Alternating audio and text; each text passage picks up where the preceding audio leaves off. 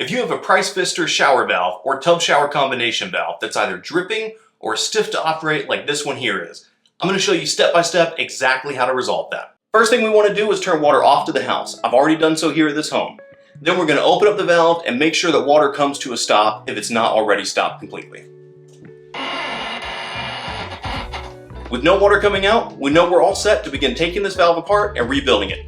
Let me show you what you're going to need for this job. We're going to use a new OEM Price Pfister cartridge, a Phillips head screwdriver, powered version optional, some silicone grease lubricant, and I have an assortment of pliers on me. Just makes it a little bit easier to pull the old cartridge out. Now Price Pfister has a couple of different methods of removing the handle. Some will require removing an Allen screw, so you'll need a set of Allen keys.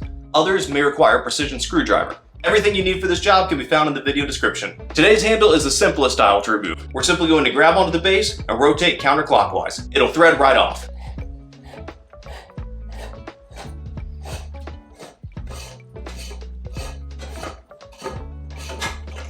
Now take the handle and the plate and set them somewhere safely. We have 4 screws that are holding this cartridge into the valve assembly. We're going to remove these screws carefully. I like to loosen one up and then the next, and then finally remove them all out one at a time. Make sure you don't drop the screws or the bracket into the wall.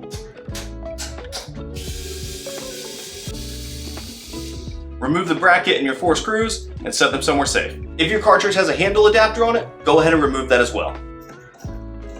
We can now pull the old cartridge straight out. I like to use a pair of pliers to grab onto the cartridge. Sometimes they're a little stiff, so this just gives you that leverage you need to grab and pull.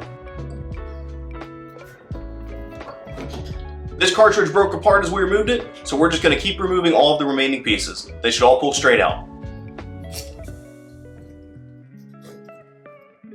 This is an important step here. The new cartridge has a back piece which is removable. It's for some applications, but not all. So take a look at the back piece of the cartridge we've removed and see whether or not it lines up. In this case, we don't need this extra piece, so we're going to clip it right off. If you do need it, if it matches up with what you have, just leave it in position and skip this step. We're now going to take our silicone grease and we're going to grease up the O-rings on this cartridge. I like to grease up the ring right here around the main portion, as well as the rings on the back.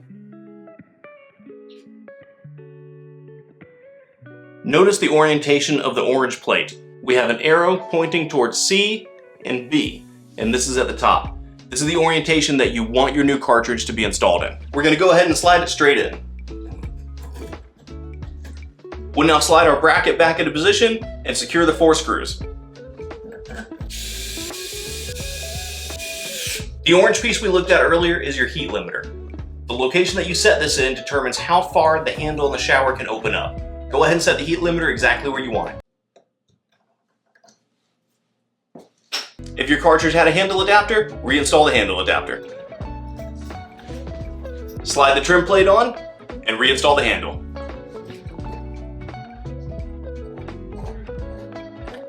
Turn water back onto the house and open up the valve. Make sure it works properly.